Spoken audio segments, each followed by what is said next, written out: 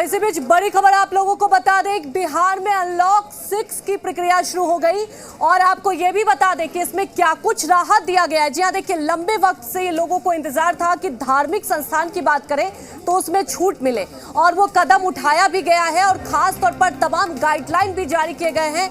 तो आपको बता दें कि देखिए बिहार के मुख्यमंत्री नीतीश कुमार की अध्यक्षता में एक क्राइसिस मैनेजमेंट ग्रुप के साथ बैठक हुई और इसमें कोविड को लेकर समीक्षा की गई है। अहम बात यह है कि दिन भर पार्क और जू खुलेंगे और ये वक्त ऐसा है, देखिए आपको ये भी बता दें और जी बिहार झारखंड आपसे ये भी अपील करेगा कि अनलॉक की प्रक्रिया शुरू तो हो चुकी है, लेकिन जो गाइडलाइन है अभी भी आपको मास्क लगाकर ही बाहर निकलना है। तो इन बातों का आप ध्यान रखें और आपको ये भी बता दें कि सरकार ने ये गाइडलाइन जारी कर दिया है। और महत्वपूर्ण बात यह है कि देखिए नाइट कर्फ्यू जो लगा हुआ था उस नाइट कर्फ्यू को हटा दिया गया है और आपको दिखा रहे हैं ट्वीट, खुद मुख्यमंत्री नीतीश कुमार ने ये ट्वीट किया है। तो बड़ी खबर आपको बता रहे हैं कि बाजार से सभी जो पाबंदियां हैं वो हटा दी गई हैं, साथ ही मंदिर, मस्जिद और अन्य धार्मिक संस्थानों को भी खोल दिया गया है। नाइट कर्फ्यू हटा लिया गया, साथ ही स्कूल, कॉलेज समेत अन्य शिक्षक संस्थान, जी हाँ, खास तौर पर देखिए जो एजुकेशनल सिस्टम है वहां पर कुछ रूल है, मापदंड है, उसके साथ ही उसी नियम के साथ ही खुल पाएंगे। बिहार में बाजार समेत अन्य जो चीज़ें हैं, धार्मिक संस्थान हैं, वो खोल दिए गए हैं। दरअसल सीएमजी की महत्वपूर्ण बैठक हुई है, मुख्यमंत्री की अध्यक्षता में यह बैठक हुई है, मुख्य सचिव समेत अन्य अधिकारियों के साथ गहन समीक्षा की गई और जिसके बाद यह निर्णय लिया गया है कि जितने सारे जो धार्मिक संस्थान हैं, मंदिर, मस्जिद या फिर अन्य जो कह लीजिए धार्मिक संस्थान है, वहाँ पर जो पाबंदियाँ थी वो हटा लिया गया है। वहीं बाजार है उसे खोल दिया गया है और नाइट कर्फ्यू को भी हटा लिया गया है। तो एक तरीके से देखा जाए तो बाजार है वो लंबे समय के बाद या फिर अन्य जो चीज़ें हैं वो लंबे काल के बाद पूरे तरीके से खोल दिए गए हैं। कोचिंग संस्थान है वो एक तरीके से देखा जाए तो एक तय मापदंड के तहत उसको खोला जाएगा। मुख्यमंत्री नीतीश कुमार की अध्यक्षता में बैठक में फैसला लिया गया है कि जो जू हैं, पार्क हैं, सिनेमा हॉल हैं, अन्य जो चीज़ें हैं वो दिन भर खुले रहेंगे। पहले जैसे कि मैं बता दूं कि जू और जो पार्क होते थे 12 बजे तक ही खुला करते थे, लेकिन अब जो सामान्य दिनों की तरह खुलेंगे। तो एक तरीके से देखा जाए तो कोरोना संक्रमण के घटने के बाद बिहार है वो अब खुलता हुआ दिख रहा है और सारे के सारे बाजार हों, सिनेमा हॉल हैं, धार्मिक स्थल हों, मंदिर मस्जिद हों, उसे खोल दिया गया है। कैमरामैन सिंधु के साथ नवजीत, जी मीडिया, पटना।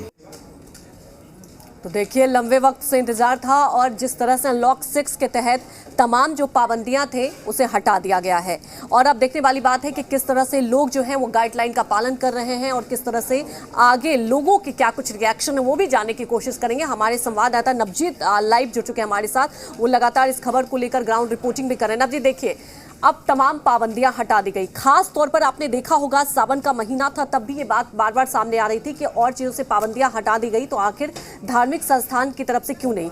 तो अब देखिए नाइट कर्फ्यू हटा दिया गया है, सिनेमा हॉल खुल गए हैं। तो जानना चाहेंगे ये पाबंदियां तो हटाई गई लेकिन किस तरह से नियमों का पालन करने की हिदायत दी गई है, दूसरी तरफ आप लोगों का क्या रिएक्शन देख रहे हैं? देखिए एक तरीके से देखा जाए तो बिजनेस जो मैन है, जो बिजनेस करने वाले लोग हैं वो एक तरीके से परेशान थे। बच्चे हैं वो घर में रहते रहते थक चुके थे, उब चुके थे।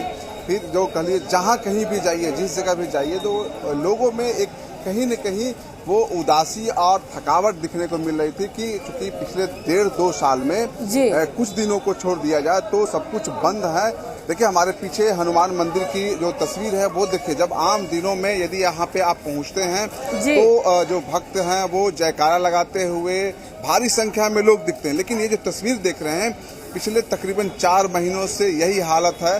जब अप्रैल के जो लास्ट वीक था, जब कोरोना पीक पे था, जिसके बाद ताले जड़ दिए गए थे जितने सारे मंदिर हो या मस्जिद हो, गिरजाघर हो, अन्य जो कह लीजिए धार्मिक संस्थान है वहाँ पे।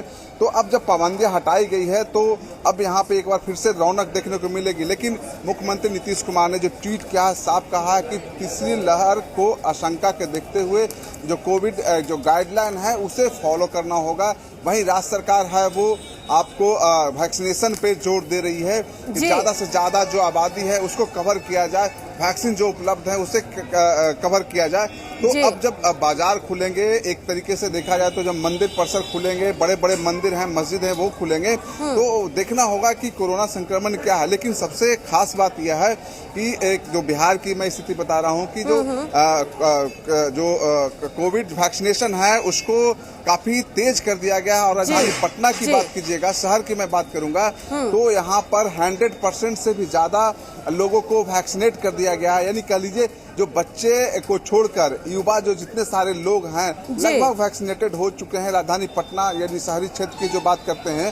तो ऐसे में जो तीसरा जो लहर की आशंका थी वो कहीं न कहीं कम दिखती जा रही है। कई जानकार लोगों की बात आई है। कल 2 दिन पहले अभी कानपुर के IIT कानपुर से एक जो रिपोर्ट आई थी कि जो तीसरी लहर है वो खासकर से बिहार और यूपी जगहों पे जहां पे तीसरी लहर की आशंका कम हो गई है। ऐसे में नीतीश कुमार ने एक सही समय पे सही फैसला लिया है और बिहार को एक तरीके से पूरा खोल दिया गया है। सामान्य दिनों की तरह मॉल, सिनेमा हॉल, बाजार सब है वो सामान्य दिनों की तरह खुले रहेंगे। बिल्कुल नवजीत, कहा जा सकता है एक सकारात्मक फैसला और लोगों के बीच भी एक कहीं ना कहीं पॉजिटिव आएगा माहौल इससे, क्योंकि देखिए करीब 1 साल से लोग बंद थे और कुछ चीज़ों पे देखिए छूट दी जा रही थी, लेकिन कहीं ना कहीं परेशानी थी। अब लोग उम्मीद कर रहे थे कि पूरे तरीके से ये पाबंदियां हटाई जाए।